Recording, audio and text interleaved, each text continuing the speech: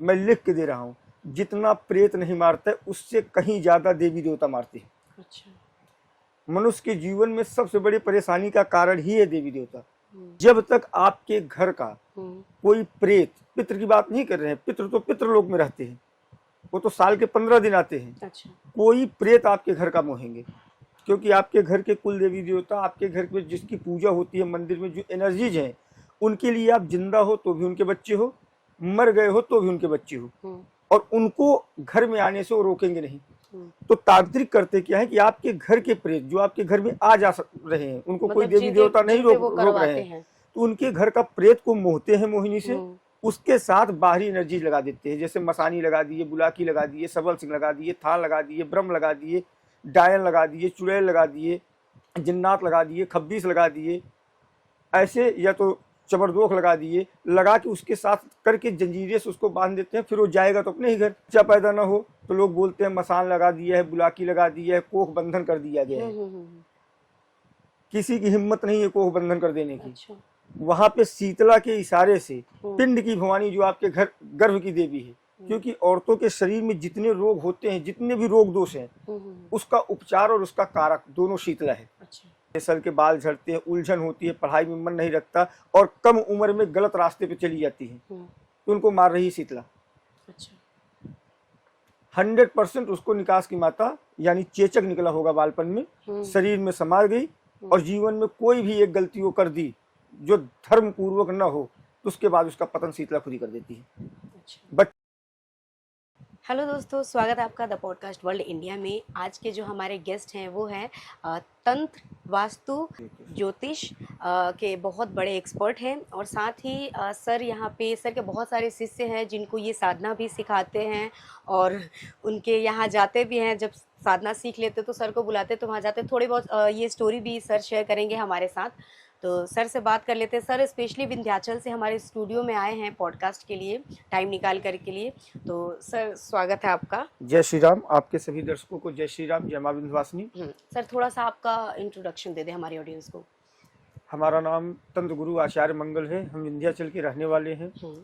भारत के कई शहरों में हमारे शिष्य हैं जो दरबार लगाते हैं। ठीक है। हम साधनाएं सिखाते हैं, वास्तु देखते हैं, कुंडली देखते हैं लोगों की, और उनकी समस्याओं का समाधान करते हैं। हमारे यहाँ दरबार में विंध्याचल आप आएंगे, आप वहाँ रुकेंगे, आपका पर्चा बन जाएगा, आपके जीवन में क्या समस्या है, उसका क्या समाधान है, आपको बता दिए जाते हैं। ठीक है।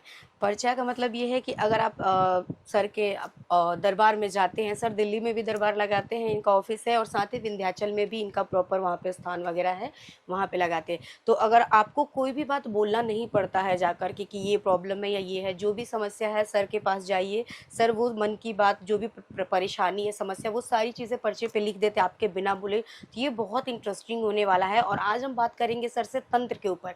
सर ज्योतिष भी हैं, साथ में वास्तु भी करते हैं और तंत्र भी करते हैं, लेकिन वास्तु पे, ज्योतिष पे तो हमारे पॉडकास्ट आ चुके हैं, लेकिन तंत्र पे आज हम बहुत सारे डिटेल्स में आज सर से बात करने वाले हैं। बहुत सारे लोगों के मन में भ्रम होते हैं, मिथ होते हैं, उन सारे मिथ को क्लियर करेंगे कि आखिर क्या होता है, कैसे होता है, प्रॉपर एग्जैक्ट क्या है, वो सारी चीज़ें सर से बात करेंगे। तो सर सबसे पहले तो आप, पहला हमारा क्वेश्चन ये रहेगा आपसे कि तंत्र क्या है, क्योंकि तंत्र का नाम आते ही बहुत सारे लोग डर जाते हैं कि अरे तंत्र, ये वो, बहुत सारी चीजें लोगों के मन में चलने लगती है। तो तंत्र पे क्लियर करिए। एक भ्रांति फैलाई गई है कि तंत्र को इतने निगेटिव तरीके से पेश किया गया है कि लोग डरने लगे हैं तंत्र और तांत्रिक शब्द से, जबकि तंत्र एक विज्ञान है और तांत्रिक उस क्रिया को करने वाला व्यक्ति उसका जानकार है। ठीक है। जिस तरीके से एक दूध से आप कई सारी आइटम बना सकते हो, उसमें परिवर्तन करके, क्रिया करके आप दही बना सकते हैं, पनीर बना सकते हैं, छाछ बना सकते हैं, घी बना सकते हैं, मिठाई बना सकते हैं, तो एक दूध से कई सारी चीजें बना सकते हैं। उसी तरीके से है, आप तंत्र के माध्यम से अपने जीवन की कई सारी समस्याओं को खत्म कर सकते हैं, क्योंकि तंत्र में प्रकृति की ऊर्जा, पैरानॉर्मल एनर्जी और कुछ तांत्रोक्त सामग्री, प्राकृतिक जड़ी बूटियों को मिला के एक ऊर्जा को मोड़ा जाता है, परिवर्तन किया जाता है, जिससे आपके पक्ष में वो काम हो जाए। ठीक है। और सर दूसरा ये रहेगा कि सबसे पहले तो आप ये बताइए कि क्या तंत्र से किसी को परेशान किया जा सकता है, मतलब किसी की ज़िंदगी को बर्बाद भी लोग कर देते हैं, किसी की बर्बाद ज़िंदगी को लोग आबाद भी कर देते हैं, जो परेशानी उससे निकाल भी देते हैं। तो तंत्र लोग अपने फ़ायदे के लिए बहुत सारे लोग अलग अलग तरीके से करवाते हैं, तो इस पर थोड़ा सा क्लियर करिए। देखिए, तंत्र से क्रियाएं की जाती है, विशेषकर क्रियाएं कैसी होती है तंत्र में, यदि किसी को वश में करना है या तो किसी को बर्बाद करना है, यदि किसी को वश में करना है तो वहाँ पे मोहिनी का प्रयोग होता है। अच्छा। अब बहुत लोग बोलते हैं गणेश मोहिनी, कृष्ण मोहिनी, हनुमान मोहिनी, कामाख्या की मोहिनी, ये सब कहने की बात है, ये सब सिद्धों ने सिद्ध किया था।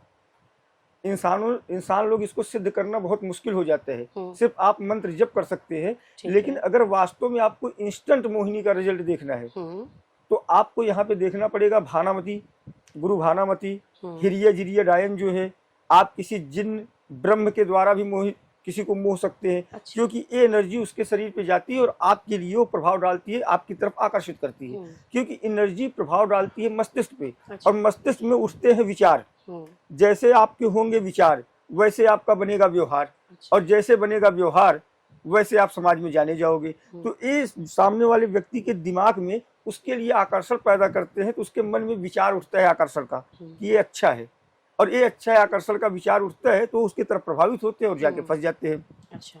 तो तंत्र के माध्यम से किसी को परेशान किया जा सकता है। 6 कर्म नहीं, 9 कर्म तंत्र के माध्यम से किया जाता है। 6 कर्म तो सब जानते हैं कि 6 कर्म होता है, तंत्र से 9 कर्म किए जाते हैं। अच्छा, कौन कौन से कर्म है वो बताइए। जो 6 कर्म है वो अलग है, 3 कर्म सीक्रेट है, क्योंकि उसको गवर्नमेंट लीगल अथॉरिटी नहीं देगा। अच्छा। फंसने का चांस है। अच्छा। तंत्र से 9 कर्म किए जा सकते हैं। तो अगर किसी को परेशान करना है तो कोई भी व्यक्ति किसी को डायरेक्ट परेशान नहीं कर पाता है। अच्छा। कितना भी बड़ा तांत्रिक हो या कितना भी बड़ा भगत हो, वो अगर कहे कि आपको मैं परेशान कर दूंगा तो बिल्कुल नहीं कर सकता। जब तक आपके घर का कोई प्रेत, पितृ की बात नहीं कर रहे हैं, पितृ तो पितृलोक में रहते हैं, वो तो साल के 15 दिन आते हैं। अच्छा। कोई प्रेत आपके घर का मोहेंगे, क्योंकि आपके घर के कुल देवी देवता, आपके घर में जिसकी पूजा होती है, मंदिर में जो एनर्जीज हैं, उनके लिए आप जिंदा हो तो भी उनके बच्चे हो, मर गए हो तो भी उनके बच्चे हो, और उनको घर में आने से वो रोकेंगे नहीं। तो तांत्रिक करते क्या है कि आपके घर के प्रेत जो आपके घर में आ जा रहे हैं, उनको मतलब कोई देवी देवता नहीं रोक रहे हैं, तो उनके घर का प्रेत को मोहते हैं मोहिनी से, उसके साथ बाहरी एनर्जी लगा देते हैं। जैसे मसानी लगा दिए, बुलाकी लगा दिए, सबल सिंह लगा दिए, थान लगा दिए, ब्रह्म लगा दिए, डायन लगा दिए, चुड़ैल लगा दिए, जिन्नात लगा दिए, खब्बीस लगा दिए, ऐसे या तो चबरदोख लगा दिए, लगा के उसके साथ करके जंजीरें से उसको बांध देते हैं। फिर वो जाएगा तो अपने ही घर, फिर उसके घर में वो परेशानी जब वो अपने घर जाएगा तो उसके साथ वो बाकी की एनर्जी जाएगी उनके साथ घर में, फिर वो एनर्जी डिस्टर्ब करती है जीवन को। जितना प्रेत नहीं मारता है, मैं लिख के दे रहा हूँ, जितना प्रेत नहीं मारता है उससे कहीं ज्यादा देवी देवता मारते हैं। अच्छा। मनुष्य के जीवन में सबसे बड़ी परेशानी का कारण ही है देवी देवता, क्योंकि आप उनको बैलेंस नहीं रख पाते।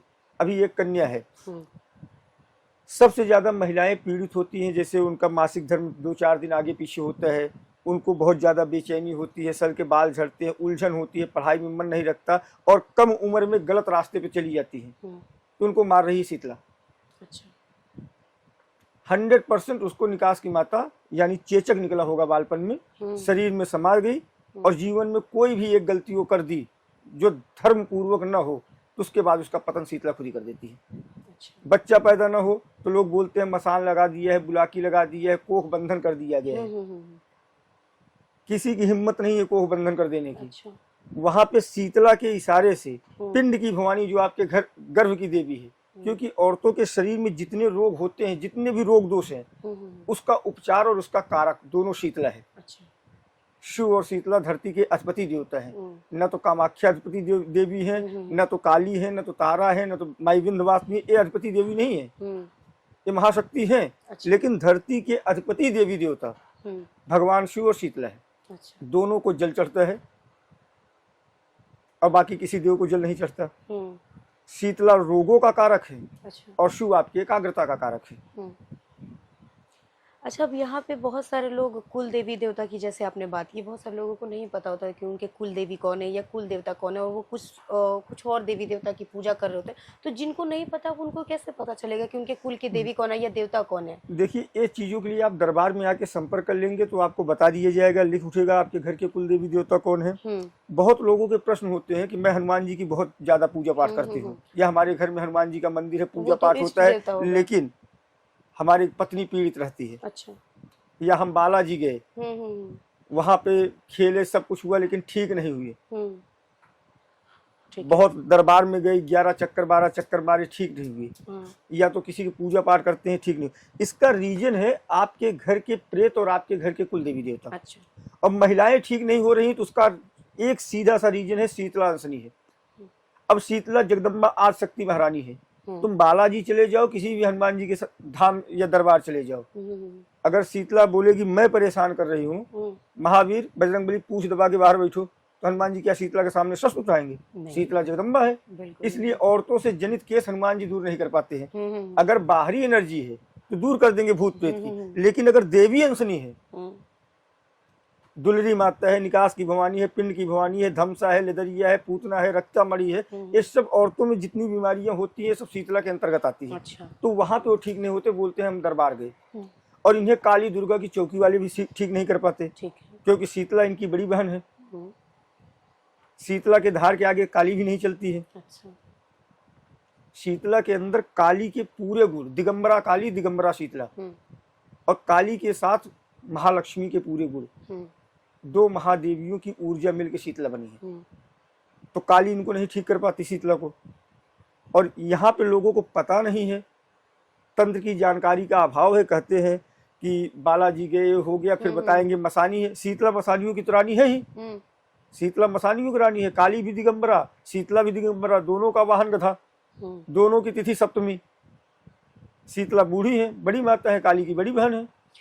आज सर के माध्यम से ये भी पता चला कि सबसे ऊपर विंध्यवासिनी माँ है, क्योंकि बहुत सारे लोग ये भी देखते हैं कि कामाख्या देवी है या एक और मंदिर का नाम आता है सबसे ज्यादा। सब भगवती विंध्यवासिनी क्या ही स्वरूप है, अंग है। सब क्या है? माई विंध्यवासिनी का अंग है, पूरे हैं, क्योंकि सब जगह सती का अंग गिरा, पार्ट है। बिल्कुल। एक होता है पार्ट और एक होता है पूर्ण। तो पूर्ण बड़ा होता है कि पार्ट? पूर्ण बड़ा होता है सर, सीधी सी बात है। बिल्कुल। अच्छा सर, हमारे शास्त्र में देवी भागवत में और दुर्गा सप्तशती में सेनापति था, रक्तबीज और चंडमुन। सेनापति को किसने मारा? महाकाली ने। उससे बड़ा राजा था शुम्भ निशुम्भ, उसको कौन मारा? महासरस्वती देवी कौशिकी ने। अच्छा। और उसके बाद जो सबसे बड़ा असुर था उसको कौन मारा? भगवती विंध्यवासिनी ने, जिनकी सहस्त्र भुजाएं हैं, महालक्ष्मी का स्वरूप है, सहस्त्र भुजाएं हैं, लेकिन इनकी 18 भुजा मान के पूजा की जाती है। अच्छा। एक तंत्र की अधिष्ठात्री हैं, विश्वामित्र यहीं पे साधना किए थे इन्हीं की, प्रभु श्री राम इनकी साधना किए हैं, और योग माया महामाया है, इन्हीं से तंत्र की उत्पत्ति हुई है। और सबसे प्राचीन मंदिर की जब बात आती है तो विंध्याचल ही होती है। अच्छा। तो सर अभी क्या है कि बहुत सारे लोगों के एक भ्रम, हम जैसे कि मैंने बोला कि सर आए तो आप सारे भ्रम क्लियर करेंगे। बहुत सारे लोगों के रील्स देखकर, वीडियो देखकर बहुत सारे लोगों के मन में भ्रम आ जाता है। तो एक ये भी भ्रम बहुत ज़्यादा लोगों के मन में रहता है कि तंत्र करने वाले जो होते हैं, तांत्रिक जिनको कहते हैं, या अघोरी। अघोरी तो खैर अलग होते हैं, तांत्रिक भी अलग होते हैं, लेकिन बहुत सारे लोगों के मन में होता है कि तांत्रिक ही अघोरी होते हैं, या दोनों एक ही तरीके से होते हैं, क्योंकि दोनों शमशान में जाकर बहुत सारी क्रियाएं करते हैं। तो सर थोड़ा सा इस पे क्लियर करिए कि तांत्रिक और अघोरी में क्या अंतर है? ये दिखावा है कि शमशान में जाके अघोरी क्रियाएं कर रहे हैं। अच्छा। अघोरियों के इष्ट बाबा कीनाराम, जो कि अघोरियों के भगवान हैं। कीनाराम। अच्छा। अघोरियों के भगवान कीनाराम है, और अघोरियों की इष्ट देवी हिंगलाज भवानी है। अच्छा। ये पाकिस्तान जाके हिंगलाज माता की साधना किए थे, वहां से इनको लेके आई। अच्छा। शमशान में एनर्जीज रात्रि के समय प्रबल होती है, इसलिए शमशान जाया जाता है। अगर आप सिद्ध हो तो तुमको शमशान जाने की क्या जरूरत है? बिल्कुल। अगर भगवती कृपा है, तुम यहाँ बैठे हो, शमशान के सब लोग यहाँ आ जाएंगे। हाँ। तो दिखावा करने, नौटंकी करने क्यों जाना? उतना अगर है पावर तो आप कहीं भी किसी को अगर भगवती कृपा है, बिल्कुल। तो हम शमशान क्यों जाए प्रेतों को भोग देने? प्रेत को ही बुला के माई का प्रसाद दे देंगे। बिल्कुल। अब भगवती विंध्यवासिनी है, वहाँ पे 2 मसान है, उनके लोकड़े वीर सरकार है, आकाश कामनी है, फूलमती है, धाधा की शायर है, वहाँ पे पूरा मसानियों का तो पूरा गढ़ है, देवियों का। भगवती की कृपा हो जाती है, सबका काम बनता है। अच्छा, बहुत सारे लोगों को हमने देखा है जो तांत्रिक होते हैं, वो जैसे मणिकर्णिका घाट बहुत ज्यादा नाम आता है, तो शव पे बैठ के या शव की साधना जैसे भी करते हैं वो लोग, तो वो किस लिए की जाती है, क्या उसका क्या है मतलब? 98% अघोरी लिखने वाले न तो ये घोर है न तो ये नाथ है। दोनों का डिफरेंस हमने अपने एक वीडियो बनाए थे। अघोरी तो जैसे आपने बताया, और नाथ क्या होते हैं? नाथ दत्तात्रेय महाराज से निकला है। अच्छा। गुरु गोरक्षनाथ और दादा मशेंद्र नाथ ने इसको व्यवस्थित किया। अच्छा। और अघोर पंथ गुरु कीनाराम से निकला है। अच्छा। कीनाराम को और मशेंद्र नाथ गोरक्षनाथ को, इनको भगवान शिव के अवतार माने गए, लेकिन इन दोनों की प्रक्रियाएं अलग है। नाथ अलग है, अघोरी अलग है, अच्छा, और तांत्रिक अलग है, ज्योतिषी अलग है, वास्तुविद अलग है। अगर वास्तुविद और ज्योतिषी कहे कि पितृदोष है, तो उनसे पूछना तो एक बार सही कि हमारे कौन से पितृ बिगड़ गए हैं, रिश्ते में लगते क्या हैं, हम नाम लेके उनको बुलाएं। पितृदोष के नाम पे पूजा करवाएंगे, पूजा करवा के थक जाएंगे, जब उपाय नहीं होगा तो तुम्हारे पितृ नाराज हैं, स्थान दिलवा देंगे। अच्छा। सीधा सीधा प्रेतों को स्थान दिलाए, क्योंकि हमारे पूर्वज यशस्वी हैं। पहला तो पितृदोष होता ही नहीं है, हमारे पूर्वज यशस्वी हैं। ठीक है। उन्होंने जमीन जायदाद छोड़ के गए, घर छोड़ के गए, हमें पढ़ाया लिखाया, हमें शिक्षित बनाया, काबिल बनाया। वो मरे तो उनको बोल रहे हो दोष है, कल तो हम अपने बच्चों के लिए साक्षात दोष पैदा है ना। अब पितृ धरती पे रहते नहीं है, पितृ रहते हैं पितृलोक में। अच्छा। शास्त्र प्रमाण है, पितृलोक में रहते हैं। साल के 15 दिन पितृपक्ष पे आते हैं। हाँ। तो बाकी 365 दिन पूजा किसकी कर रहे हो जब पितर है ही नहीं तो? अच्छा। बात तो सीधा उदाहरण के तौर पे यही है कि जैसे कोई महिला हो, एक पुरुष का रोज खाना अपने कमरे में रखती हो, और उसका पति जो है सियाचिन में बॉर्डर पे हो, तो खाना किसके लिए लेके जा रही है? बिल्कुल बाहरी आके खा रहा है। हाँ। जब बाहरी खाएगा तो नुकसान करेगा। वैसे है, जब पितर लोक में है, तुम घर पे स्थान दे के पूजोगे, मतलब तो बाहरी प्रेत आएंगे। पितर कभी भी परेशान नहीं करते। हाँ। कब तक? आप चोरी न करो, छिनारा न करो, बच्चा न गिरवाओ, किसी का मर्डर न करो, बलात्कार न करो, गलत काम ना करो। जिस तरीके से आप अपने बच्चे को तभी मारेंगी जब वो गलती करेगा। अच्छा। उसी तरीके से पितर आपको तभी मारेंगे जब तुम गलती करो। उनको भोजन दो या न दो, कोई मतलब नहीं उनसे। हाँ, ये बात आपने बिल्कुल सही बोली। कोई मतलब नहीं है उनसे। कहते हैं कि अब तो एनर्जी है, आत्मा है, आत्मा को भोजन थोड़ी लगता है। कहते हैं कि आपने पितरों की पूजा नहीं की, पितर आपका खराब है, तभी सारी चीजें नहीं। पितर तो इतना फैला हुआ कि हर चीज में हरियाणा सब पूरा नाश कर दिए। इसीलिए आपका दिल्ली, हरियाणा, राजस्थान सबसे ज्यादा तंत्र से पीड़ित है। साउथ इंडिया में देखो, कोई पितृदोष किसी को बताए जल्दी? बहुत कम, रेयर। क्यों? यहाँ के जो ज्योतिषी थे, यहाँ के जो एस्ट्रोलॉजर या भगत थे, जो एक आध मसानी पूछ के या कोई बालाजी का दूध ला के भक्ताई कर रहे हैं, दरबार लगा रहे हैं, इनको तो प्रेत बैठाने की विद्या नहीं पता है। अच्छा। प्रेत को मुक्ति कैसे दी जाती है इसकी विद्या नहीं पता है। सब हनुमान जी महाराज कर देंगे, कोई नहीं करने वाला है। तंत्र एक क्रिया है, उस क्रिया के अंतर्गत चाय बनानी है, दूध, चाय पत्ती, शक्कर, अदरक नहीं डालोगे चाय बनेगी? नहीं बनेगी। अकेले दूध को बोलोगे हमारे पास हनुमान जी महाराज है, दूध को बोलोगे चाय बन जाए तो चाय बन जाएगा? बिल्कुल नहीं बनेगी। बहुत सारी क्रिया होती है। जैसा तंत्र में पशु होता है वैसा बंधन होता है। अगर निकास की माता शीतला, दुर्गा, काली, कोई भी अगर अंशनी है, किसी महिला को परेशान कर रही है, पुरुष को, तो उसमें हनुमान जी क्या करेंगे? हनुमान जी तो खुद उनके दास है, भगवती के। इसलिए लोगों को हनुमान मंदिर जाने में फायदा नहीं होता। बहुत लोग बोलते हैं काली मंदिर में 10 साल से जा रहे हूँ, लेकिन मेरे घर में तकलीफ है, घर में प्रॉब्लम। शीतला दे रही है तो काली क्या करेगी? आपके घर के कुल देवी देवता को आप भोग प्रसाद नहीं दे रहे हो, आपके घर में प्रेत घूम रहे हैं। तो प्रेतों को मुक्ति दिलानी चाहिए, स्थान नहीं। आप क्या चाहते हो कि आपके पूर्वज जो है, माता पिता है, वो प्रेत योनि में धरती पे रहे कि मुक्त होकर राम का नाम ले, उनके चरणों में जाए? क्या चाहती हैं आप? सबको यही चाहेगा कि वो मुक्त हो जाए। तो फिर यहाँ पे घर पे रख के उनको पूछ के प्रेत योनि में धरती पे क्यों भटका रहे हो? ओझा तांत्रिक लगातार उनका उपयोग करके उनके साथ गंदी चीजें, गंदी हरकतें करते रहते हैं। आप लोगों को चाहिए, यदि आपके माता पिता है तो उनको स्थान मत दो। आपके पितर हैं तो स्थान मत दो, है तो प्रेत ही। उनको स्थान मत दो, देने की जरूरत उनको नहीं। मुक्ति करा दो। हाँ, और ये कला आती नहीं थी, बहुत कम रेयर लोगों को पता होता है बिल्कुल। कि कैसे प्रेत को मुक्ति कराए। उसी प्रेत को एक पितृ कहने लगे हम्म, कि पितृ परेशान कर रहे हैं, वो तो है प्रेत, क्योंकि माया में है, मोह में है, लोभ में है, उसकी इच्छाएं बाकी है, प्रेत योनि में बना है, वो अपनी इच्छाओं को पूरी करने के लिए वो परेशान कर रहा है। अब जब भगत से या एस्ट्रोलॉजर से या वास्तुविद से ये चीज कंट्रोल नहीं हुआ तो स्थान दिलवा दिए। आपको चाहिए कि हमारे माता पिता है, हम चाहते हैं कि हमारे माता पिता स्वर्ग में रहे, प्रभु के चरणों में रहे, भगवती के चरणों में रहे, प्रेत योनि में धरती पे क्या करेंगे? वो ओझा तांत्रिक उनको परेशान करते रहेंगे। तो इसलिए उनको मुक्ति करा देनी चाहिए, इनको कभी स्थान नहीं देना चाहिए। अच्छा, ये भी है कि बहुत बारी होता है कि मतलब भगवान की पूजा तो ये नहीं कि 2 दिन करा या 4 दिन करा, सालों साल पूजा करते आ रहे, जब से लोगों का जन्म हुआ किसी का भी, तो पूजा करते आ रहे, कभी ये पूजा करी, कभी वो पूजा, कभी इस मंदिर गए, उस मंदिर गए, और फिर भी परेशानियों का अंत नहीं होता है। ऐसा क्यों? इसमें 2 कारण होते हैं। और फिर गुस्सा भी आता है कि भगवान की इतना पूजा कर रहे, नहीं कर रहे हैं। कुछ लोग नहीं। इसमें 2 कारण होते हैं। सनातन धर्म में बहुत सारे लोग कन्वर्ट ही इसीलिए हुए हैं कि हमने पहले भक्ति की, लेकिन भगवान मतलब कुछ नहीं होता, हमारा कुछ भी नहीं हुआ, इसलिए मैं नहीं मानता, नास्तिक होते चले गए। अच्छा। इसका रीजन ये है, पहला तो ये तो उनकी दशा दिशा खराब थी, उन्होंने सब्र नहीं किया ग्रहों की दशा दिशा, और दूसरा उनका था कि उनके घर के कुल देवी देवता जो हैं, XYZ कोई भी हो, क्योंकि सबके घर के अलग अलग कुल देवी देवता होते हैं, और बाकी दरबारों में क्या कहते हैं कि दुर्गा जी हैं, किसी की दुर्गा होती है, किसी की काली होती है, किसी की फूलवती होती है, किसी की बरसट्टी होती है, किसी की चमार परमेश्वरी होती है, किसी की चामल माता होती है, किसी की बसंती होती है। ऐसे अलग अलग बिरादरी की अलग अलग कुल देवी देवता हैं। कहीं तुलजा भवानी है, कहीं गांव देवी है, कहीं बीजा सेन है, कहीं मुंडेश्वरी है, कहीं समलेश्वरी है। ऐसे अलग अलग एरिया की अलग अलग कुल देवी देवता अलग अलग बिरादरी की होती है। अब उनके घर में वो पूज्यमान है, एक एग्रीमेंट के तहत उनको पूर्वजों ने लेके आए कि आप हमारी रक्षा करोगे और हम आपको सालाना या तिसाला भोग देंगे।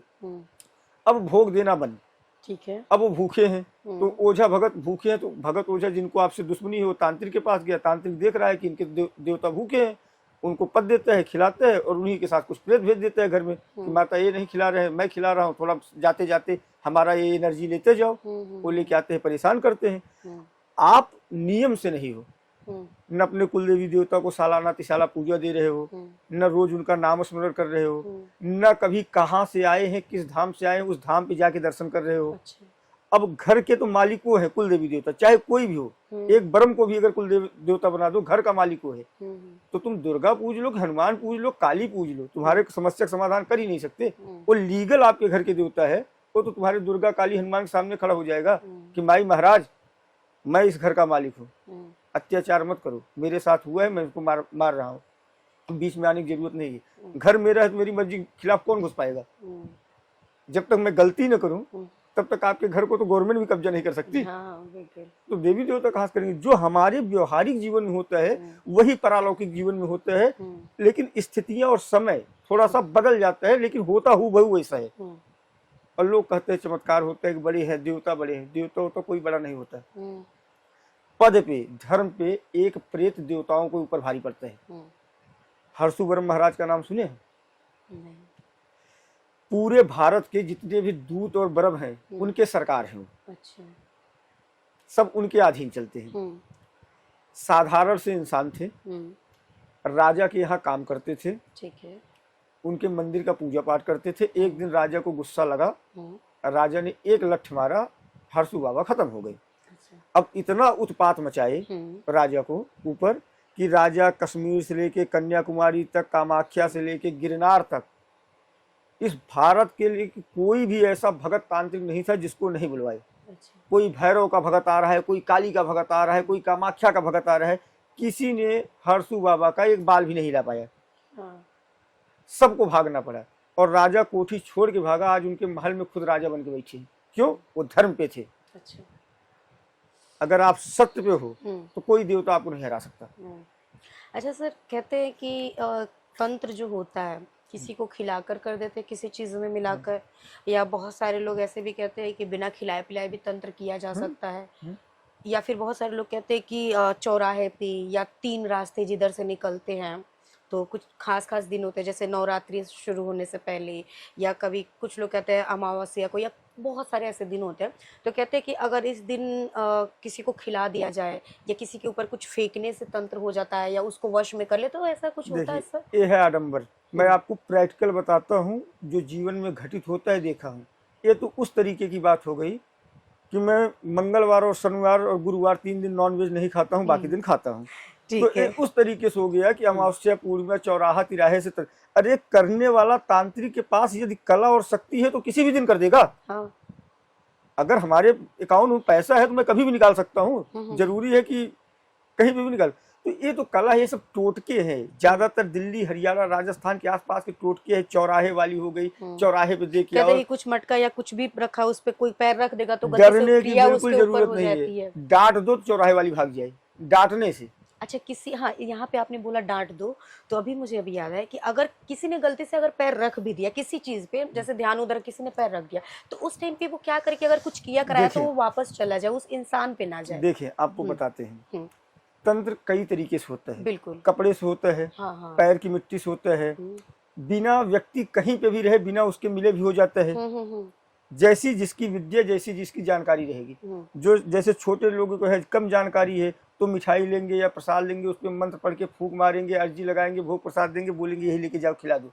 ये छोटे लेवल का काम है। अच्छा। इससे बड़े लेवल का है तुमको खिलाने की जरूरत नहीं, कपड़ा या मिट्टी लेके चले जाना, मैं कर दूंगा। अच्छा। तो कपड़ा या मिट्टी लेके आते हैं तो मिट्टी की एनर्जी, उसके कपड़े की गंध की एनर्जी के ऊपर क्रिया तंत्र क्रिया होती है। और जो ज्यादा जानकार है तुमसे फोटो दिखा दो कौन है, जगह बता दो, उस क्षेत्र का क्षेत्रपाल, जिसे डी कहते हैं, उसको मोहित करेगा।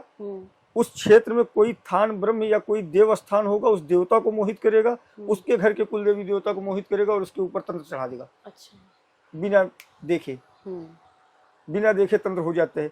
तो इसमें ये विद्याएं थी लोगों का भला करने के लिए, लेकिन ये विलुप्त होती जा रही। अब लोग ईर्ष्या की वजह से निकालते हैं। जो छोटे छोटे तांत्रिक है, नए नवेले जो गद्दी लगाते हैं, जिनको तंत्र के विषय में कुछ नहीं पता है, हनुमान जी महाराज कर देंगे या माता रानी कर देंगे, सब करने में माता रानी सक्षम है, सब करने में हनुमान जी, ऐसा कुछ भी नहीं है, सब करने में कोई सक्षम नहीं है। दरबार में तो वो दिखाते हैं कि बहुत सारे भूत बैठे हैं, घूम रहे हैं, खेल रहे हैं, वो ठीक कर देते हैं। जैसी समस्या वैसा देवता। अच्छा।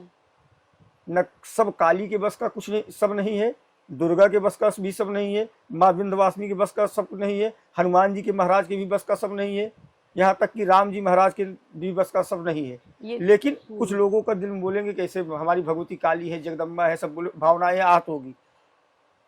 बेटा सच्चाई की धरातल पे देखो, अगर काली सब कुछ करने में सक्षम होती तो अष्टभुजी दुर्गा विंध्यवासिनी का प्रादुर्भाव ही नहीं होता। तो ये तो जैसी समस्या थी वैसे देवी ने अपना स्वरूप बना लिया, बदला।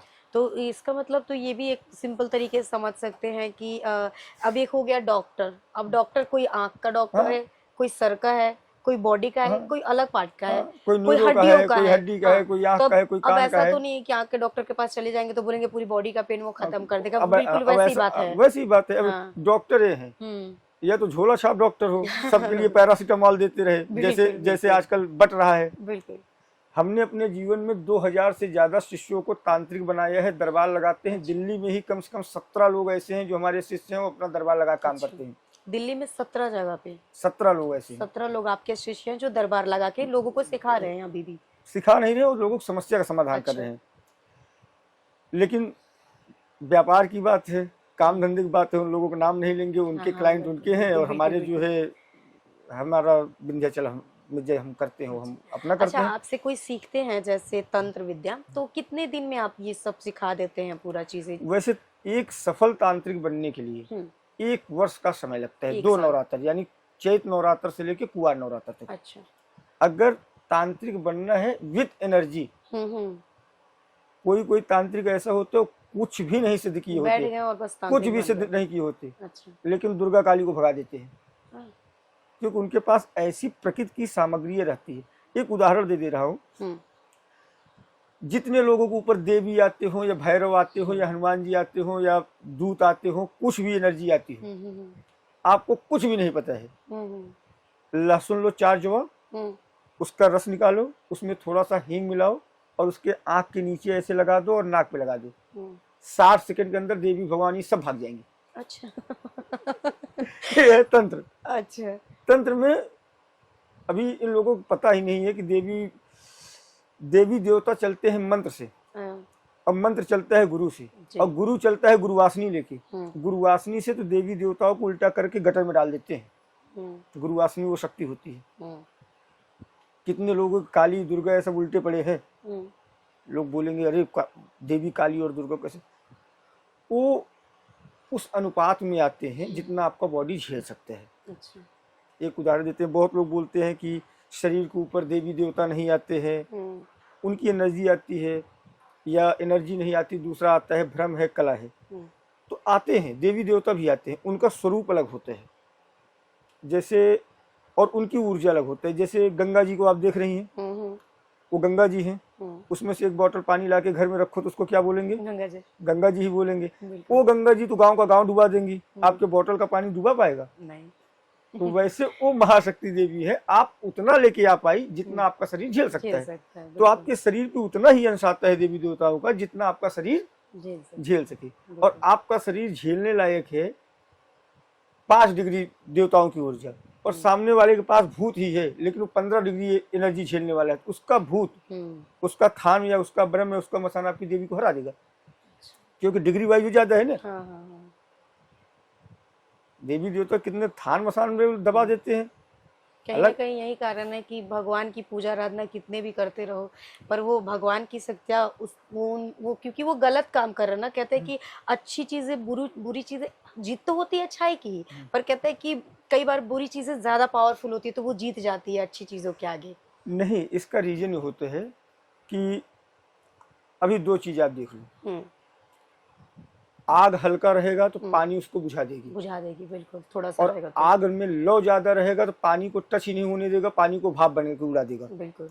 तो आपके पास जो एनर्जीज की परसेंटेज है, अगर उससे ज्यादा परसेंट उस निगेटिव एनर्जी का है तो निगेटिव एनर्जी तो आपको दबा देगा। बिल्कुल, सीधी सी बात है। अच्छा सर, यहाँ पे एक फैमिली का भी क्वेश्चन ले लेते हैं। इसमें सर वास्तु भी आ जाएगा, ज्योतिष भी आ जाएगा, और सर ये तंत्र भी आ जाएगा, तीनों आ जाएगा जिसके आप बहुत एक्सपर्ट भी हैं।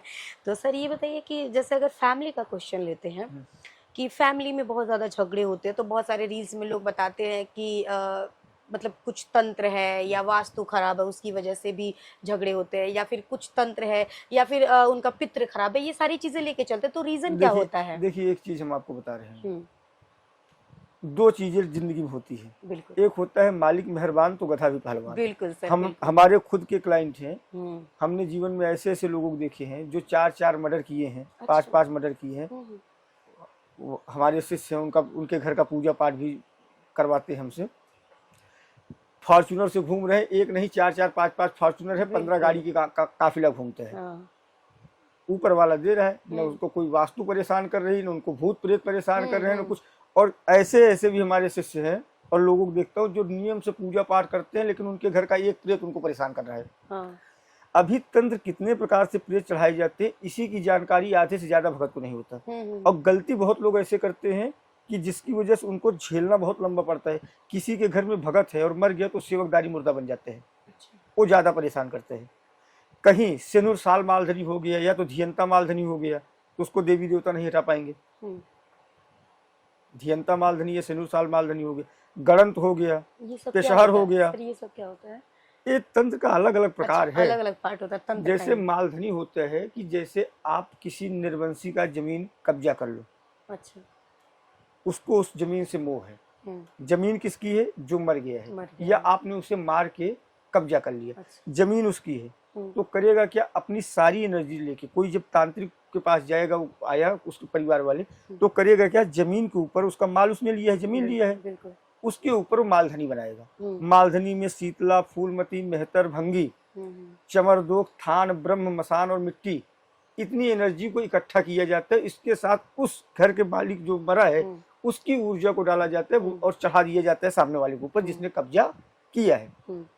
अब जमीन उसकी है, वो लीगल अधिकारी है। जब तक उस जमीन के बराबर का वो तुम्हारा नुकसान नहीं कर देगा तब तक कोई देवी देवता उसको नहीं हटा सकते। अच्छा, बहुत सारे घर ऐसे होते हैं सर कि जो लोग घर खरीदते हैं या जिस घर में बहुत सारे लोग रहते भी हैं, तो ऐसा क्यों लगता है कि वो भूतिया घर हो जाता है? घर के अंदर जब एंट्री करते हैं, जब जाते हैं, तो वहां से एक नेगेटिव फील आता है। बहुत कई बार ऐसा लगता है कि नेगेटिव होता है पर डर नहीं लगता है। बहुत बार ऐसा लगता है कि कुछ आ रहा है, कुछ है इस घर में। हाँ, इसके और बहुत सारे लोग घर बेचते भी है, फिर एक ने दूसरे को बेचा, फिर दूसरे ने तीसरे को बेचा, ऐसा भी चलता रहता है। इसके पहले का भी मैं आपके क्वेश्चन का उत्तर दे दूं, फिर इसका मैं दूंगा। जो आप बोल रहे हैं वास्तु, वास्तु बना है वस्तु से। अब बोल रहे हैं कि कंपास देखो, साउथ किधर है, ईस्ट किधर है, नॉर्थ किधर है, वेस्ट किधर है। धरती है गोल, हाँ। और प्रति सेकंड से घूम रही है। तो जब वो धरती घूम रही है, तुम्हारा साउथ और ईस्ट कहाँ गया? साउथ और ईस्ट ऐसे नॉर्मल हिसाब लगा लेते हैं। धरती घूम रही है, 23 डिग्री झुक के घूम रही है। धरती के ऊपर हम हैं, हमें ही नहीं पता है हम लोग किस डायरेक्शन में घूम रहे हैं, किस जगह पे घूम रहे हैं। तो अगर वास्तु देखना है तो वास्तु अलग कॉन्सेप्ट है। वास्तु को किया क्या गया है, खंड में बांटा गया है। अगर लार्ज लेवल पे जाते हैं तो वास्तु कोई मतलब नहीं रखता। वास्तु सूक्ष्म लेवल पे मतलब रखता है, और वास्तु का प्रभाव कम से कम 8 से 10 साल में पड़ता है नुकसान। अगर वास्तु नुकसान करता है तो 8-10 साल बाद ही नुकसान करता है। जितने भूखंड में आपने घर लिया है, प्लॉटिंग किया है, वो प्लॉट आपके नाम से है। और बाकी तो प्लॉट तो जमीन पूरा किसी मालिक के ही नाम से रहा होगा ना। मान लीजिए 100 एकड़ का कोई जमीन है और उसका मालिक कोई XYZ है, और उसमें से आप 2 एकड़ ले लिए, तो 2 एकड़ के ऊपर वास्तु काम नहीं करेगा। वास्तु पहले पूरे प्लॉट के ऊपर काम करेगा। अच्छा। फिर उस प्लॉट में तुम्हारे प्लॉट के ऊपर काम करेगा। अच्छा। तुम्हारे नाम पे आया, तुम्हारे नाम पे वो प्लॉट हुआ, तो उस प्लॉट के मालिक तुम बने, तुम्हारे नाम से तुम्हारी राशि एक्टिव हो गई, और उसके बाद फिर वहां पे वास्तु काम करेगा। फिर उस प्लॉट को बना कैसे रहे हो, वहां पे वास्तु काम करते हैं। अच्छा। वास्तु छोटी चीजों में काम करते हैं। जैसे आप परफ्यूम लगा के बैठेंगे तो बगल वाले को सुगंध आएगा, अच्छा लगेगा। गंदगी लेके बैठे, दुर्गंध आएगा, बुरा लगेगा। तो जब आप घर बना रहे हैं तो वास्तु से अच्छा बनाएंगे तो अच्छा घर में प्रकाश होगा, चीजें व्यवस्थित सही जगह पे होगी, जहाँ होनी चाहिए वहां होगी, तो आपको डिस्टर्बेंस कम होगा। जब आपको डिस्टर्बेंस कम होगा तो आप गहरी नींद लेके सोओगे और अच्छा सा सोचोगे और काम धंधा अच्छा करोगे, तरक्की होगी, और पढ़ाई भी अच्छे से होगा, बिल्कुल, क्योंकि चीजें आपके दिमाग को डिस्टर्ब नहीं करती। वास्तु एक एनर्जी है जो दिमाग के ऊपर सीधा कंट्रोल कर लेती है, कंट्रोल करती है। सारी एनर्जी तो माइंड को ही कंट्रोल करती है ना। अच्छा, ब्रह्म और दूत कौन होते हैं, क्या अंतर है दोनों में? देखिए, ब्राह्मण का संतान कोई ब्राह्मण मरता है तो ब्रह्म बनता है। अच्छा। और ब्राह्मण जो बनता है वही दूत भी बनता है। अच्छा। दूत वहां बोलते हैं, हमारे लोग यहाँ ब्रह्म बोलते हैं। अब जितने भी ब्रह्म होते हैं ये सब ब्रह्म, ये सब हनुमान जी के भक्त होते हैं, हनुमान जी के चेले होते हैं। अब ब्रह्म में भी कई प्रकार के ब्रह्म होते हैं। पहला होता है हरकसा ब्रह्म, जो गर्भ में बच्चा मर जाए। अच्छा। दूसरा होता है दोगला ब्रह्म, ये सबसे ज्यादा खतरनाक होता है, दोगला ब्रह्म। अच्छा। क्योंकि जहाँ पे पुरुष ब्राह्मण हो, महिला किसी और बिरादरी की हो, या महिला ब्राह्मण हो, पुरुष किसी और बिरादरी का हो, नाजायज संबंध बन के बच्चा गिरवा देना, उससे जो ब्रह्म पैदा होता है उसको दोगला ब्रह्म कहते हैं। अच्छा। ये इतना खतरनाक होता है कि इसे काबू करना देवी देवताओं की बस का बात नहीं है, इनको सिर्फ मना के बैठाया जा सकता है। अच्छा।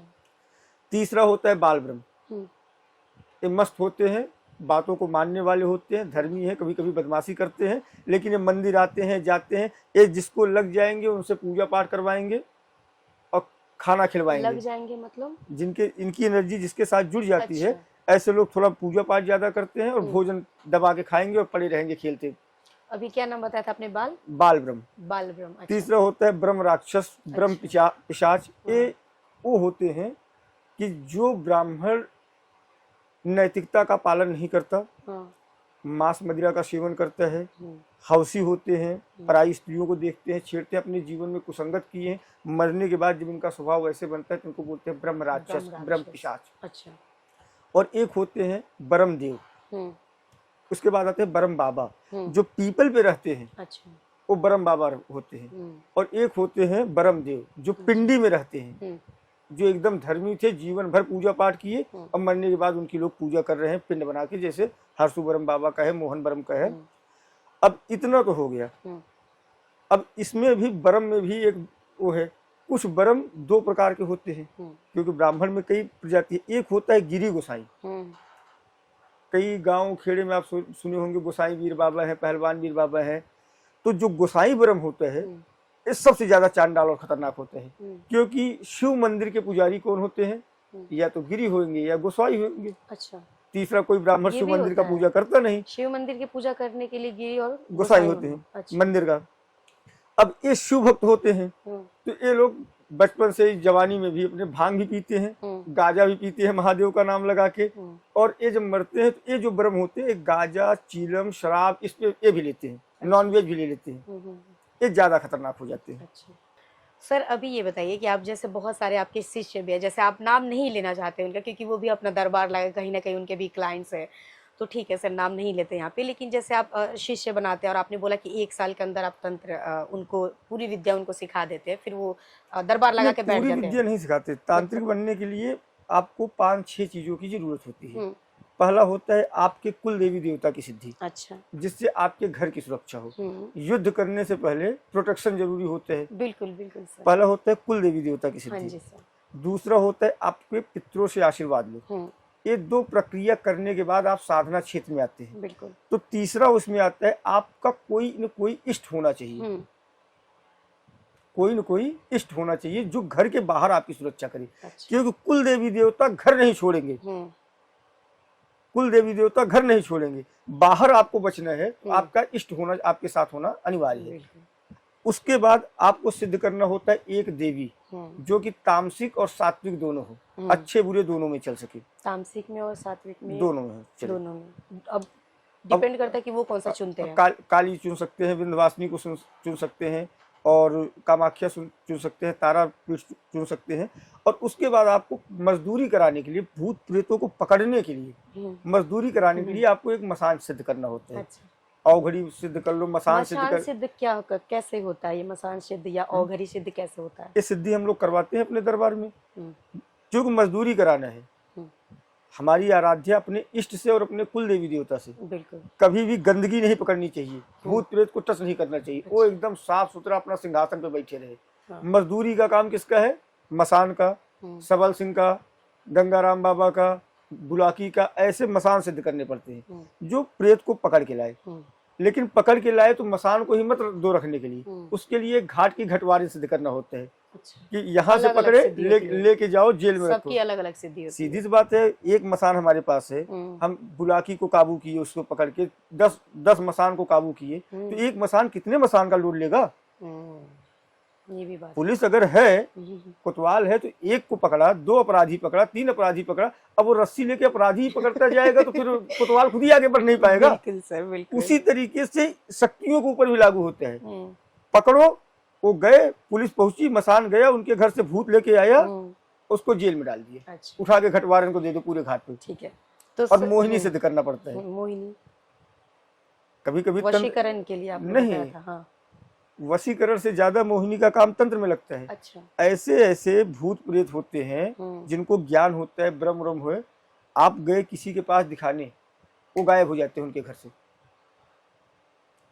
जैसे कोई भगत बोला मैं तुम्हारे घर का तंत्र काट कर रहा हूँ। अच्छा। और तंत्र काट में ब्रह्म है या मसान है। हाँ। उसको पता हो गया तंत्र काट कर रहा है, वो गायब हो गया। अच्छा, जो किया करा था वो गायब हो जाता है, गायब हो जाता है थोड़ी देर के लिए। हाँ। लेके उड़ गया। हाँ। अब आज सामने वाले को दिखाई नहीं दे रहा है। हाँ। कि है कि नहीं है, लेके उड़ गया 1-2-3 दिन के लिए, तुरंत का आराम लगता है। हाँ। फिर जब वो वापस आते हैं फिर उसके घर में आ जाते हैं। इसलिए कभी भी तंत्र काटो, उसके घर से पहले उसके पूरे क्षेत्र को मोह लो।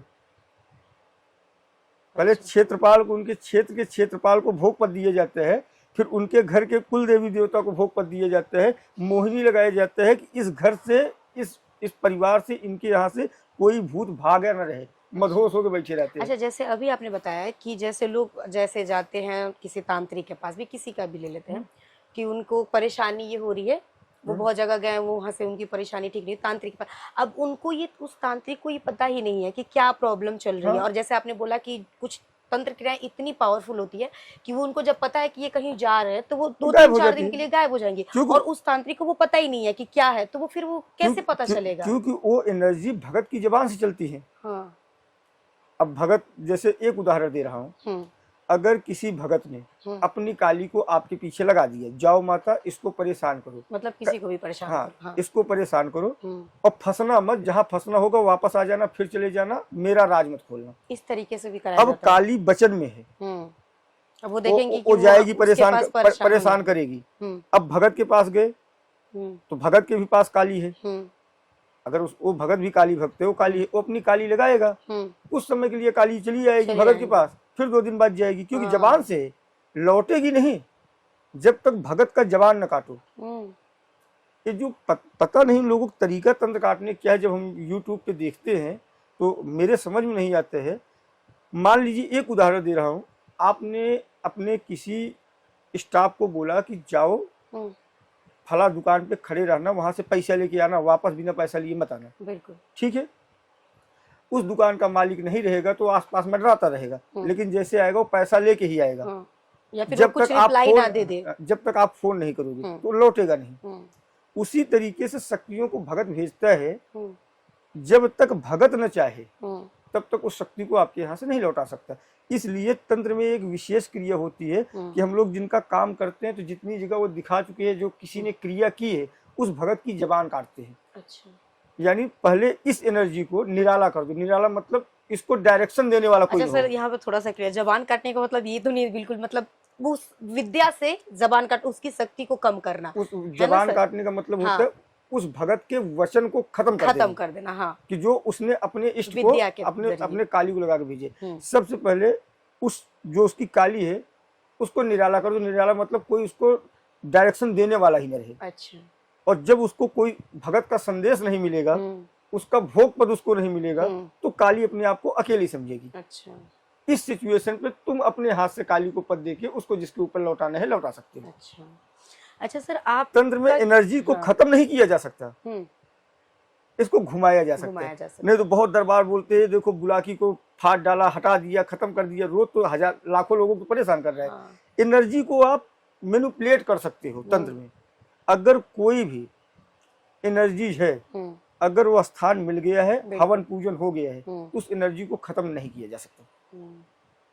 उसका उपयोग कर लिया जाता है या तो उसको मैनिपुलेट कर देते हैं। अच्छा सर, आप कैसे जुड़े? अब इससे पहले क्या करते थे आप? कैसे फिर आपको लगा कि मुझे तंत्र में जाना चाहिए, फिर वास्तु भी करना चाहिए, फिर ज्योतिष में भी कुछ करना चाहिए, आपको कैसे लगा? हमने अपने जीवन में न तो किसी से वास्तु की ट्रेनिंग ली है और न तो कभी एक किताब पढ़ी है। अच्छा। कोई भी बुक नहीं पढ़ा है हमने अपने जीवन में। न तो कभी ज्योतिष की एक भी किताब नहीं पढ़ी है, न तो किसी को ज्योतिष सीखा हो, न तो किसी को गुरु बनाया हो। अच्छा, आपका कोई गुरु नहीं है इसमें, आपने खुद शोध किया बहुत ज्यादा। उसके बाद हम लोगों के बीच रह के यहाँ से लेके महाराष्ट्र तक, करार तक घूम घूम के तंत्र के विषय में जानकारी और इसकी वास्तविकता जाना है। अच्छा। तंत्र चमत्कार का नाम नहीं है। चमत्कार का मतलब है क्या कि आप लगातार परिश्रम करते हैं और उसके परिणाम अचानक से आपको उम्मीद से ज्यादा मिल गए, तो उसको क्या कहते हैं? चमत्कार। अच्छा। पूरे भारत में हमने घूमा है, सिद्धों से, गुरुओं से ऐसे देखते सीखते हमें राम नाम की दीक्षा सिर्फ हमारे गुरु स्वामी संपूर्णानंद जी महाराज दिए थे। बाकी तंत्र में हमारा कोई गुरु नहीं है। हमें ज्ञान मिलता है जैसे हमें कोई मिल गया था। एक बार की बात बताएं? हाँ, बताइए। बिल्कुल, बहुत इंटरेस्टिंग है। हाँ, बिल्कुल। हम बहुत छोटे थे, 12-13 साल के। अच्छा। 6 साल की उम्र में हम लोग दीक्षित हो गए थे। स्वामी संपूर्णानंद जी महाराज ने हमारे कान में राम नाम की दीक्षा दे दी थी। अच्छा। राम नाम जपते थे। तो हम गांव के कुछ और लड़के थे, हम लोग प्लान बनाए कांवड़ यात्रा लेके चलने की। अच्छा। और उस समय हम अपने बुआ के यहाँ थे, प्रतापगढ़ से गए थे, तो वहीं से सब बोले चलो चलते। गए, 1:30 बजे मानिकपुर पहुंचे। वहाँ प्रतापगढ़ में घुसरनाथ धाम है, वहाँ जल चढ़ाए जाते हैं। कहाँ से निकले थे आप? प्रतापगढ़ अपनी बुआ के यहाँ से निकले, मानिकपुर गए, गंगा जी। ठीक है। वहाँ से लगभग 60-70 किलोमीटर है घुसरनाथ, पैदल चलना था। तो गए वहाँ पे, गंगा जी में स्नान करे, जल लिए। जीवन में पहली और आखिरी बार ऐसा हुआ था कि जब आ रहे थे तो सब लड़के लोग थे, बड़े लोग थे, भोले बाबा का प्रसाद है, बोले थोड़ा सा भांग तुम भी खा लो। अच्छा। त्रिकाल आता था पाउडर। जिंदगी में पहली और आखिरी बार। तो हमने खा लिया। उसके बाद चाय साय पिलाए, पी लिए। हम लोग लड़के थे 12-13-14 साल के सब लोग। अब मेरे पैर में छाले पड़ रहे थे, सबके पैर में, क्योंकि दिन में निकले थे 3-3:30 बजे और धूप की वजह से सड़क पहले उतनी अच्छी होती भी नहीं थी, बिल्कुल बिल्कुल सर। सड़क भी खराब होती थी, पैर में छाले पड़ना शुरू हो गए। उस समय साइकिल से एक आदमी आया, बोला कि बैठ जाओ, तुम चल नहीं पाओगे, वहां तक पहुंच नहीं पाओगे, अच्छा। बैठ जाओ, तुम्हारे पैर में छाले पड़ गए हैं। और मैं बोला नहीं, कांवड़ यात्रा है। बोला कांवड़ नीचे मत रखो, कांवड़ कंधे पे लेके बैठो, और आगे साइकिल पे आगे डंडा पे बैठाया। मैं उसका शकल नहीं देखा। अच्छा, वो बैठ गए, उन्होंने बोला आपने शकल नहीं बैठ गया। उसके बाद लगभग 60-65 किलोमीटर चले, जब मंदिर घुसरनाथ 4 किलोमीटर रह गया, अमावा एक चौराहा है, उसके आगे साइकिल सड़क से ऐसे लिया, अंदर घुमाया, और मुझे दिखाई दे रहा है एकदम चौड़ी रास्ता है, मेन रोड है, लेके आया। बोला पीपल का पेड़ था, बोला यहीं पे बैठ जाओ। तो मैं कांवड़ नीचे रखने लगा, तो बोला गलती मत करो, कांवड़ पेड़ पे टांगो, नीचे नहीं रखते हैं जमीन पे। टांगा और गमछा लिया था, गमछा सर पे लगा के सोया। बोला इसी चबूतरे पे सो जाओ। सो गया। सुबह आँख खुलती है 3-3:15 बजे, मैं मिट्टी के ऊपर सोया हूँ, चबूतरा गायब, कांवड़ वहीं पड़ा है। अच्छा। मैं देख रहा हूँ मेन रोड से, वो नदी का किनारा था, इतने ऊंचे ऊंचे भीटे, साइकिल तो क्या, पैदल सड़क तक जाना मुश्किल हो गया था। फिर मैं सोचा मैं आया कैसे, यहाँ तक साइकिल लेके कैसे आया। और ये पूरे रास्ते हमें वो तंत्र की बहुत सारी ज्ञान दिए थे। अच्छा। तो हम भी इंसानों की तरह बात कर रहे थे, क्योंकि तंत्र का कोई हमारा गुरु नहीं, इंसानों की तरह बात कर रहे थे, ये सब चीज़ बताते चले गए। हमने बोला चलो, फिर गए कांवड़ और चढ़ाए। तो वहाँ पे घुसरनाथ में कांवड़ चढ़ाने के बाद हम लोग चाट वोट खाए, सब लोग आ गए, पीछे वाले भी। अच्छा। तो हमने कहा यार तुम लोग, वो बोले कि तुमको आवाज़ दे रहा था, तुम सुनाई नहीं दे रहे। मैं बोला मैं साइकिल से आया हूँ। बोले लगता है तुमको भांग ज़्यादा चढ़ गई है, तुम कांवड़ लिए थे और दौड़ते हुए जा रहे थे। अच्छा। और मैं साइकिल में बैठ के आया हूँ। आपके साथ जो दोस्त थे उन्होंने बोला कि आप दौड़ के जा रहे थे, 10-12 लोग हैं, मैं साइकिल में बैठ के जा रहा हूँ, अच्छे से बात करते हुए, न पैर में छाले न कुछ। और वो लोग बोल रहे हैं तुमको त्रिकाल चढ़ गया है, भांग चढ़ गई थी तुमको, तुम कांवड़ लेके दौड़ते हुए गए हो। मैं बोला सर हो सकता है भांग चढ़ गई हो। तो फिर वहां पे क्षमा वमा मांगे, और उसके बाद फिर ऐसे पड़ोस में किसी का तबीयत खराब हुआ था, हम लोग बच्चे थे, भूल गए। तो अचानक से उसकी बात याद आई, वो चीज की। जीवन में पहली बार पिछले जन्मों के कर्म कहें या माता पिता के आशीर्वाद, गुरु का आशीर्वाद, चाहे राम नाम की महिमा कहें, फिर उसने जो क्रिया बताई थी करने की, एकदम सीरियस थे, एकदम खेल रहे थे। सिर्फ गया, सर का एक बाल लिया, उस बाल पे जो मंत्र उसने बोला था, वो मंत्र फूंक के बाल को जला दिया। और सामने वाला किसने बोला था आपको? वो जो रास्ते में बताते हुए साइकिल पे बता रहे थे। फिर उसकी एक एक क्रियाएं, वो सब आपको याद थी कि क्या क्या मंत्र उन्होंने बोला? याद आते गया। 1.5-2 साल तो मैं भूला ही था। मतलब याद आते गए। अब फिर उसके एक एक बात याद आते चला गया, और सब पे प्रैक्टिकल कर रहा था, उतर रहा था। उसने हमें बोला भी था कि तुम 1.5 साल के लिए हनुमान जी की सेवा करना, 1.5 साल से ज्यादा हनुमान जी को रखना मत। अच्छा। हनुमान जी की सेवा की, हनुमान जी के साथ दर्शन भी हुए, उनकी कृपा भी मिली, जीवन बदलने लगा। फिर एक केस में ऐसे फंस गए, तो हनुमान जी की प्रेरणा से कि नहीं ऐसे, तुम काली की सेवा करो, क्योंकि हर जगह मैं चलूंगा नहीं, भंगी आ जाएगा, माता आ जाएगी, चमरिया आ जाएगी, तो मैं उसमें तो कूदूंगा नहीं, उनका काट मैं करूंगा नहीं, उनके लिए कृपा कर ही नहीं सकता। तो उनकी प्रयोजन से भगवती काली की सेवा की, और काली की प्रेरणा से भगवती विंध्यवासिनी के चरणों में आया। बोले कहीं कहीं हम भी फंस सकते हैं, जाओ महारानी के पास, जो हमारी बड़ी बहन है। फिर वहीं विंध्याचल में डेरा डाल दी। अच्छा, अभी ये है कि बहुत सारे लोग ऐसे कहते हैं कि अगर किसी को बुरी नज़र है या भूत प्रेत है या जो भी है, सर के पास ये रख के बैठ जाओ, या 7 बारी वार की नींबू काट दो, किसी भी तरीके का तंत्र मंत्रों का नींबू काट दो चौराहे पे, खत्म हो जाता है। ऐसे कुछ नहीं होता। ये सब ज्योतिषी जो है टोटके वाले हैं। मतलब क्या है, आपको टाइफाइड हुआ है, एक काम करो, आप पैरासीटामॉल खा लो, तो टाइफाइड खत्म हो जाएगा क्या? नहीं होगा। एनर्जी लगी है तो एनर्जी रिमूव करने की कोई क्रिया तो होगी। और कहीं ना कहीं ये सब करने से और चीजें उल्टा भी हो जाती है ना लोगों। अब जैसे कुछ किसी ने कोई वीडियो देखा, कुछ उन्होंने उपाय बताया, उन्होंने वो कर दिया, सही होने के बजाय उनके साथ और उल्टा हो जाता है, कुछ ना कुछ चीजें बिगड़ जाती हैं। बिल्कुल हो जाते हैं। व्यक्ति को सबसे पहले समझना चाहिए कि हमें चीज लगी क्या है, हमें चीज लगी क्या है। अब बोलते हैं कुछ तुम्हारे ऊपर लगा हो तंत्र, तंत्र का नाम है, तंत्र में लगा है तो क्या लगा है उसको, किस तरीके का तंत्र हुआ है, उस पे किस तरीके का तंत्र है, उसमें भूत लगा है, प्रेत लगा है, पिशाच लगा है, कि बाहर की मसानी लगी है, कि मंत्र जोग है। अगर मंत्र जोग से क्रिया की गई है तो नींबू से थोड़ी कटेगा, मंत्र से ही काटना पड़ेगा। तो इस तरीके का जैसी समस्या वैसा तो समाधान। ये तो टोटके हैं लोगों को बहकाने के लिए कि ये कर लो, शनिवार के दिन ऐसे चेहरा देख लो, ऐसा कर लो, शनि भगवान खुश हो जाएंगे। काहे का शनि खुश होगा? प्रॉब्लम कुछ और है, उसका सोल्यूशन कुछ और कर रहे हैं, और वो भी बिना ज्ञान के वीडियो देख के कुछ भी कर देते हैं। इसका एक रीजन बता रहा हूँ आपको।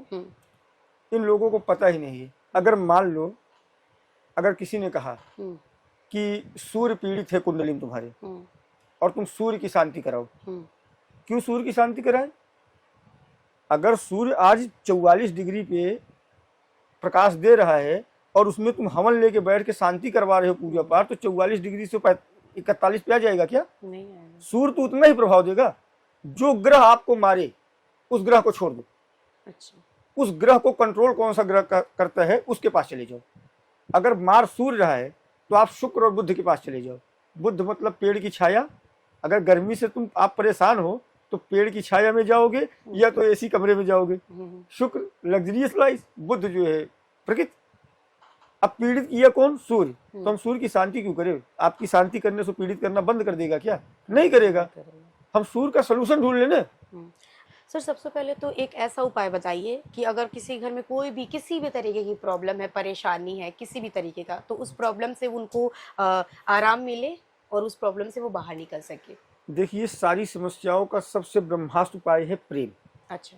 जितने लोगों के घर में क्लेश होता है, अगर सब लोग अपना अपना थोड़ा सा ईगो डाउन करके शाम के समय मुस्कुराते हुए साथ बैठ के भोजन करना शुरू कर दे, बिल्कुल, और एक दूसरे की समस्याओं को एक दूसरे से शेयर करना शुरू कर दे, समस्या उसी समय समाप्त। लेकिन परेशानी का कारण क्या है कि लोग अपनों के साथ बैठ के भोजन नहीं कर रहे हैं, अपनों के साथ प्रॉब्लम शेयर नहीं कर रहे हैं, और एक प्रॉब्लम बाहर किसी के साथ शेयर कर रहे हैं। यही कर लो। जिसके घर में परेशानी है, पूरे घर को एकत्रित करो, और एकत्रित करने के बाद शाम का समय एक साथ बैठ के हंसते हुए भोजन करो, और एक दूसरे को अपने जीवन से संबंधित समस्याओं को बताएं। या तो सप्ताह में एक दिन, जिस दिन छुट्टी होता है उस दिन साथ में बैठ के श्री हरि नारायण के भजन कीजिए, और उसके बाद दोपहर का खाना साथ में खाइए। समस्या अपने आप दूर होने लगेगी। ठीक है, बहुत सिंपल सा उपाय है। आप एक बार अगर किसी भी तरीके से परेशान है तो ये उपाय करके ज़रूर देखें। और सर, अभी ये है कि बहुत बारी मैंने आपसे पूछा भी था कि जैसे घर लोग बार बार बदलते रहते हैं, या फिर बहुत सारे लोगों को डर लगता है तो कहते हैं भूतिया घर है या फिर भूत प्रेत है इस घर में, इसीलिए इस घर में कोई टिकता नहीं है। तो इस पर थोड़ा सा क्लियर करिए सर। देखिए, यदि आप अपने जीवन का अमूल्य धन लगा रहे हैं तो ऐसा एस्ट्रोलॉजर या वास्तु शास्त्री ढूंढिएगा जो तंत्र का प्रकांड ज्ञाता हो। अच्छा। क्योंकि वास्तु के हिसाब से जगह सही है, लेकिन क्या वो जगह किसी निर्वंशी की तो नहीं है? जैसे जिसका वंश ही न चला हो, मर गया हो, अच्छा। तो मर जाने के बाद उसकी बेटी, वंश मतलब पुत्र न हो, बेटी बेच दी हो, लेकिन उसको अपनी प्रॉपर्टी पे तो लालच रहेगा। वो लीगल तो उसी की प्रॉपर्टी है ना। तो कभी भी जमीन खरीद रहे हैं, करोड़ों का जमीन खरीद रहे हैं, 50,000 लाख रुपए वास्तु को दे रहे हैं, तो वहां पे तंत्र के प्रकांड विद्वान को जरूर लेके जाए। अगर उस जमीन पे कोई पहले से गड्ढा रहा हो, या कोई कन्या डूब के मरी हो, या वहां पे कोई एक्सीडेंट हुआ हो, या तो उस जमीन का मालिक निर्वंशी हो, या तो उस जमीन के मालिक ने किसी का मर्डर किया हो, इस तरीके की अगर व्यवस्था है तंत्र की, तो सब वास्तु सही रहेगा। आपका कंपनी, फैक्ट्री, घर सब अच्छे से बनेगा, लेकिन आप सुखी नहीं रह पाओगे। अच्छा। क्योंकि सारी चीजों को ध्यान में रखना पड़ता है। जमीन है, अच्छी जमीन है, वास्तु इसका अच्छा है, मकान भी वास्तु शास्त्री के हिसाब से बना दिए। अब उस जमीन पे कोई रूह रहता हो तो उसका मतलब आत्मा, हाँ, अब वो जमीन से जुड़ा है, या उस जमीन में गड़ंत हो, किसी ने सामने वाले के ऊपर, जिसने जमीन बेचा, जमीन कोई बेचता है तो परेशान होके, बिल्कुल खुशी में तो जमीन बेचता नहीं। किसी ने उसके जमीन के ऊपर तंत्र करवा दिया, गड़ंत करवा दिया। अब गड़ंत में बहुत सारी एनर्जी साथ में चलती है। जिस जमीन में गाड़ा वो जमीन वो बेच रहा है। अब वो जमीन आप खरीद रहे हो, वास्तु सही है, लेकिन उसके अंदर गड़ंत है, उसके अंदर मसान है, उसके अंदर जो है भंगी है, उसके अंदर शीतला है, उसके अंदर जो है फूलमती है, उसके अंदर निगेटिव एनर्जी है। ऊपर से तो आपको प्लॉट वास्तु के हिसाब से अच्छा दिख रहा है, लेकिन उसके अंदर गड़ंत पड़ा है। और जब आप घर बनाओगे, उसमें खोदबीन करोगे, तो उस जमीन पे जो लोग भी जाएंगे कभी बस नहीं पाएंगे, इसलिए वो डूब के जाएंगे और बेचते रहेंगे। ऐसे समय पे वहाँ चेक करा के अगर कोई गलत है तो उसको जो है गलत को खत्म करा ये देना तो चाहिए। खरीदने से पहले अगर किसी ने खरीद लिया, मान लो आपकी वो प्रॉपर्टी प्लॉट है या मकान है, अगर किसी ने खरीद लिया तो फिर क्या वो उस प्रॉब्लम से उनको निजात मिल सकता है? मिल सकती है। हम आपको बताएंगे, गुजरात के एक बहुत बड़े व्यापारी हैं, यूपी के ही हैं, उन्होंने लगभग 3-4 करोड़ में मंदिर बनवाया। अच्छा। जगह लेके। और जब से मंदिर बनवाए वो इतने परेशान हो गए कि अच्छा। व्यापारी अरबोपति आदमी वो नंगा घूमने लगा घर के बाहर। अच्छा। मंदिर बनवाने के बाद उस जगह पे जगह खरीदी और मंदिर बनवाया। अब और उसको बढ़िया वास्तु वाले आए थे, मंदिर का पूरा पंडित गए थे, एस्ट्रोलॉजर गए थे, दिन मुहूर्त सब साइट पे सब करके सारी चीज प्रॉपर करके उन्होंने बनवाया था। परेशान था। हमारे शिष्य के पास फोन किए, वो नजदीक में था, शिष्य देखा, वो हमें फोन किया कि गुरुजी ऐसा है और बहुत बड़े हैं और वो पागल होकर घूम रहे हैं। मैंने बोला पहले एक काम करो, उनका जो है पूरा पता हमें दो। तो पता देखा, हमने कहा कोई मंदिर वंदिर बनवाए हो क्या? तो बोले हाँ मंदिर बनवाए हैं, हमसे बात हुई। अब उस जगह पे वो जो जगह लिए थे उस जगह पे कब्र था, पहले एक मुस्लिम का जगह था, मुस्लिम से इन्होंने खरीदा था। अपने ही जगह में उसके यहाँ एक बच्चा खत्म हुआ था। अच्छा। ऐसे खेलते खेलते गिर गया था। हाँ। और उसी को दफनाए थे और मुस्लिम में वो मसान बना था। अच्छा। अब जमीन उसकी, उसी के घर की जमीन है, उसी में रह रहा है। अब वहां पे जब मंदिर बनाए तो उसको तकलीफ होने लगा, क्योंकि मंदिर और मसान दोनों साथ में रह नहीं पाएंगे। जब मंदिर बनाए तो उसको तकलीफ होने लगा। वो पूरी अपनी एनर्जी के साथ जगह के मालिक के जो मंदिर बनाए थे उनके दिमाग पे चढ़ बैठा। फिर उस मंदिर के पीछे उसको मना के इनसे जमीन करवा के वहां से 3 किलोमीटर दूर मंदिर बनवाया, नहीं उसका स्थान बनवाया। अच्छा, कब्र बनवाया। और वहां पे उसको स्थान दिया, तू यहीं पे शांति से बैठ, ये लोग साल में एक बार तुमको दूध बतासा देंगे। अच्छा। तो मतलब हाँ, मतलब बना बनाया अगर कोई घर प्लॉट या कुछ भी ले भी लेते हैं तो भी प्रॉब्लम से निकला जा सकता है। निकला जा सकता है। जैसे आपकी जमीन है, गवर्नमेंट को सड़क जाएगी, आपको मुआवजा देगा, आप दूसरा 4 गुना ज्यादा मुआवजा दे रहे हैं, आप दूसरी जगह जमीन ले लो। प्रॉपर ज्ञान होना चाहिए, प्रॉपर ज्ञान होना चाहिए। अब उस जगह पे कोई निगेटिव एनर्जी है और जगह भी उसी एनर्जी की है तो आप उसको दूर नहीं कर सकते। हाँ। हम उसको मनाते हैं, उसके लिए दूसरा स्थान बनाते हैं, कहीं से कोई जगह लिए वो स्थान पे दी और उसको वहां स्थापित कर दिए। अच्छा भाई, जब तक जगह के बदले जगह नहीं दोगे तो जाएगा कहाँ? अच्छा सर, एक और क्वेश्चन, ये लास्ट क्वेश्चन रख लेते हैं कि कई बार ऐसा होता है कि एस्ट्रोलॉजी से, वास्तु से या किसी भी चीज़ से किसी भी प्रॉब्लम का सोल्यूशन निकालने में बहुत टाइम लग जाता है, लेकिन अगर वहीं हम तंत्र लाते हैं तो तंत्र से बहुत जल्दी उस चीज़ को आराम मिलता है। तो ऐसा फर्क पड़ता है। ज्योतिष काम करता है ग्रहों की दिशा के अनुसार। बिल्कुल। और दशा दिशा बदलते रहते हैं। कभी कभी व्यक्ति का 6ठा भाव, अष्टम भाव, द्वादश भाव की दशा चलती रहती है और उसमें वो तंत्र काट कराता है, तंत्र तो कट जाता है। मार्केस की दशा चल रही है तो वहां पे उनको उतना लाभ नहीं होता, क्योंकि ग्रह अपना प्रभाव बनाए रखते हैं। तंत्र से तो आप बच गए, लेकिन ग्रहों का प्रभाव जितने साल की दशा अंतर दशा है उतना साल तो आपको भोगना है। कम भोगोगे, तंत्र कटने के बाद कम भोगोगे, लेकिन भोगोगे जरूर। जहाँ मानसिक परेशानी थी, खेल रहे थे, वहाँ खेलना बंद हो जाएगा, लेकिन घर में गरीबी रहेगी। तो समय का इंतजार करना चाहिए, सब्र रखना चाहिए। मनुष्य के ऊपर काफी सारी चीजें प्रभाव डालती है और तंत्र आपको शॉर्टकट में निकलने का एक माध्यम हो सकता है, लेकिन कर्म तो आपको करना पड़ेगा। तंत्र जो विज्ञान है नियम पे चलता है, बाकी कुछ नहीं इसमें। ठीक है सर, आप अपना इतना कीमती समय निकाल कर हमारे पॉडकास्ट के लिए आए, इसके लिए बहुत बहुत सर शुक्रिया आपका। आपको भी।